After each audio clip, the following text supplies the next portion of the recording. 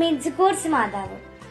1981 June 24-ന് മിഡ്ജിഗോർജിലെ ഇടവകയിലെ മിജാക്കോവിച്ചി എന്ന കുഗ്രാമത്തിൽ 2 പെൺകുട്ടികൾ നടക്കുമ്പോൾ ഒരു കുഞ്ഞിനെ പിടിച്ച് ഒരു സ്ത്രീ പോഡ്ബ്രഡോ പർവ്വതത്തിന്റെ പാറകൾക്കിടയിൽ ഒരു കുന്നിൻ മുകളിൽ പ്രത്യക്ഷപ്പെട്ടു.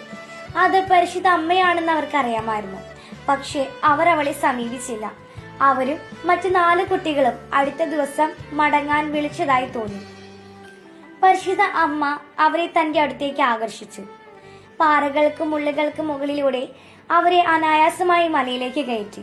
സമാധാനത്തിന്റെ രാജ്ഞി എന്നാണ് പരിശുദ്ധ അമ്മ സ്വയം പരിചയപ്പെടുത്തിയത്. അവർ മുട്ടുകുത്തി പ്രാർത്ഥിക്കാൻ തുടങ്ങി.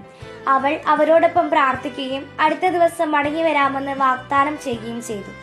മതപരിവർത്തനത്തിന്റെയും അത്ഭുതങ്ങളുടെയും എണ്ണമറ്റ കഥകൾ പോലെ അവർ ലേഡി മിഡ്ജിഗോർജിലെ പതിവായി പ്രത്യക്ഷപ്പെട്ടു.